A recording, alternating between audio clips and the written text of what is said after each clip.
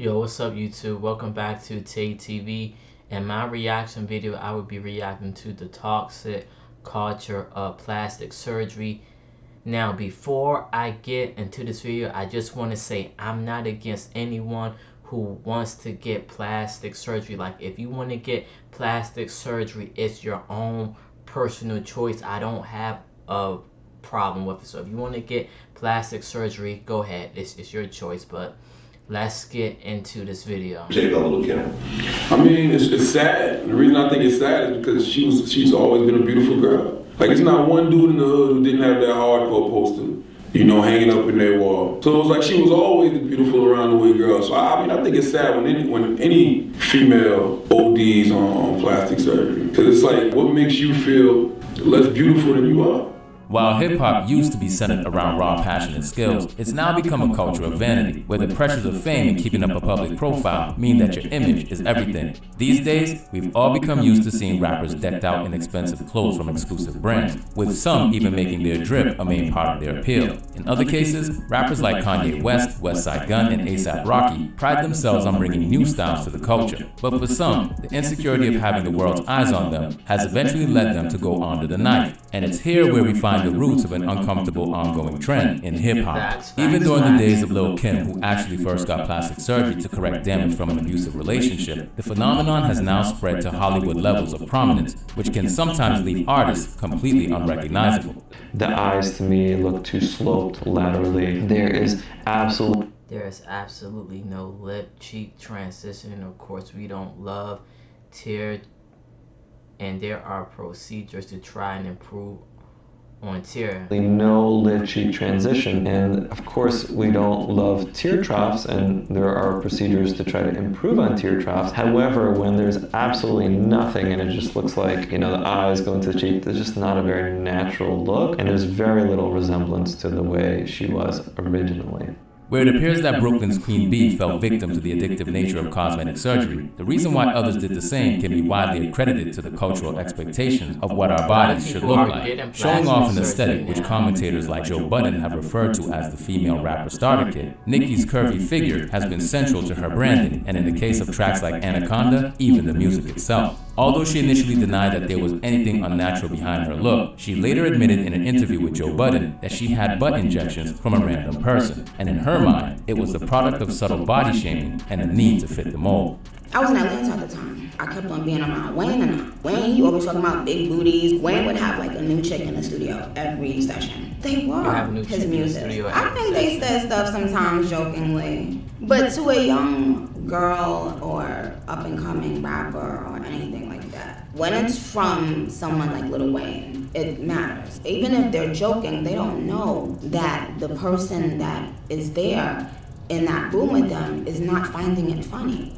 Having acknowledged that superstars inadvertently become role models no matter what, Nicki is all too aware of the role that she played in making BBLs, or shots, extremely popular within hip-hop. Courtesy of the high price tags attached to BBLs, which can often run upwards of 10 grand, the desire for the look has created a shady industry of underground clinics who ignore safety regulations and deliver the shots at a rock-bottom price. But unfortunately for them, this often comes with a built-in risk. When half of the strippers and the bartenders in New York City have illegal shots that is done practically by the same person, it's like, what are the odds? What are the odds it's gonna be me? The only thing was that when I was getting my shots, I was awake and I almost passed out. She gave me some milk and some cookies. Sometimes with those procedures, you gotta be very, very careful. Like, you got to. And then we just continued the procedure. Did you know that on average, there are around 5 million car accidents every year in the US, and a lot of those accidents happen during the holiday season? Even worse, a lot of victims don't feel comfortable suing for damages because they're under the mistaken impression that they'd be suing the other driver, a regular human just like them. Injuries sustained in a car accident are just one of the things Morgan & Morgan can help you with. They're the largest injury law firm in America, and they're fully equipped to handle injuries of any nature that may entitle you to compensation. That includes car accidents, workplace injury, medical malpractice, and more. They have over 100 offices nationwide, 800 lawyers, and thousands of case staff. That means you don't just get a lawyer assigned to your case, you get a whole legal team ready to fight for your fair compensation. But don't feel bad for suing. When you sue for injury, you're not suing the middle-aged man who nodded off in the driver's seat. You're suing his insurance company, who are sitting on billions of dollars in profit every year. They're using every resource they have to avoid paying out because that's their job. So why shouldn't you do the same? The best part is, Morgan & Morgan only charges you a fee if you win the case. That's right, no matter how many hours of work they put in, if you lose, you pay them nothing. So if you've been injured, you can check out Morgan & Morgan. Their fee is free unless you win. For more information, go to forthepeople.com/hiphop madness or dial #law, #529. That said, let's get back to the video. It was the craziest pain ever, she later revealed in an interview with GQ. I felt like I was gonna... Currently claiming her ass from the universe in the basement apartment in Queens, where for $800 a woman jacking her buttocks with filler. They don't numb your with anything. She says it was the craziest pain ever. I felt like I was going to pass out, and I felt a little dizzy, and at least for like 5 days. Gonna pass out. I felt a little dizzy and it leaked for like 5 days. While Cardi's experience sounds extreme, it's easy to believe when you consider the possible complications of the procedure, which includes infection, loss of limbs, kidney failure, heart failure, and even death. With Love and Hip Hop's K. Michelle admitting to getting black market hydrogel injections, saying, "When I found out my favorite rapper did it, that's when I decided I'm getting it done." Since then, she's spoken out against them every chance she gets, and most recently, occasional rapper Black China has opened up about her journey of reversing the procedure as a cautionary tale for those who might follow in her footsteps.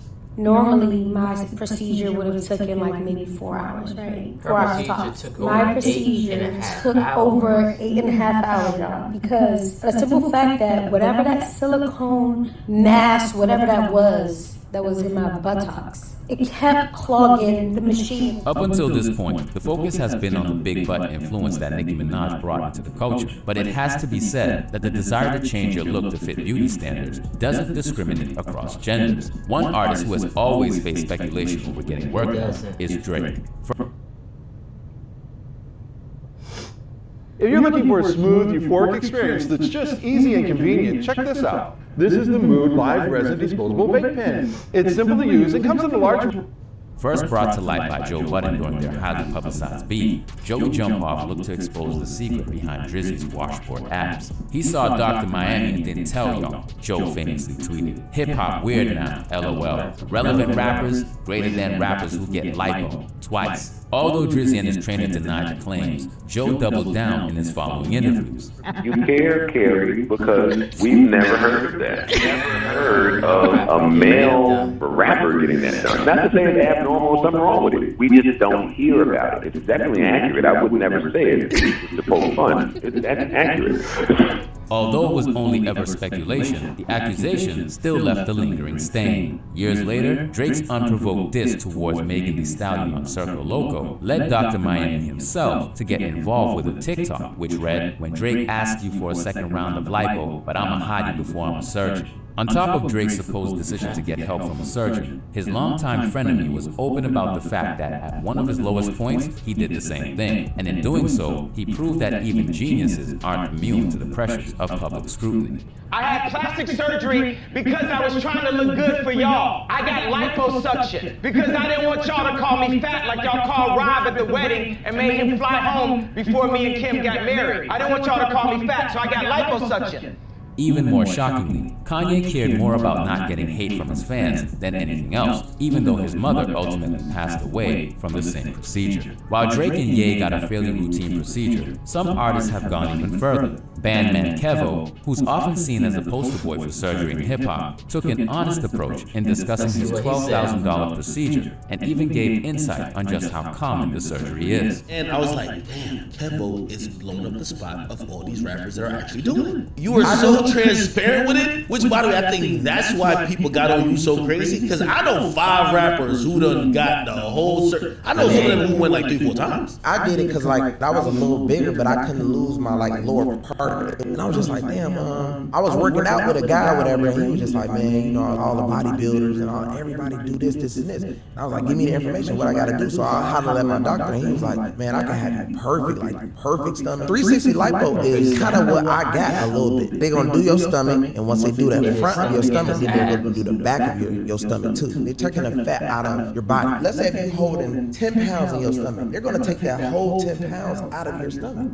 Where everyone else focused on their stomachs, the issue of male pattern baldness led artists like Tyga, Akon, and Safari Samuels to get hairline transplants. But in the same way Kevo is synonymous with the 360 lipo, Tory Lanez has become the face of the hairline transplant, so much so that it's even resulted in him being clowned relentlessly. You got the Yeah, no. What I did was I had to get like on my edges. My hair was never that up. I just once my edges started going. Tory. I swear to God. Tory, what about this part though? Bro, Nick, come here, get the camera, Nick.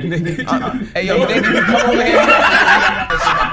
Considering that this has affected even the biggest of stars, it would be unsurprising if it became a norm from this point forward, with every rapper spending top dollar to correct whatever their body lacked. But now, there's a new movement of artists who are refusing to buy into this pressure. Regularly mocked during the early stages of her career whenever she twerked, Coi Leray has been open about the toll that body shaming had on her, and how being different from other female rappers made her feel. But in the same breath, she revealed that she wouldn't be changing her body to please anyone. A lot of y'all doing this bullying to every celebrity. I get it, y'all human, but a lot of people don't understand how much it could delete someone. If you trying to me, just know I ain't afraid of it.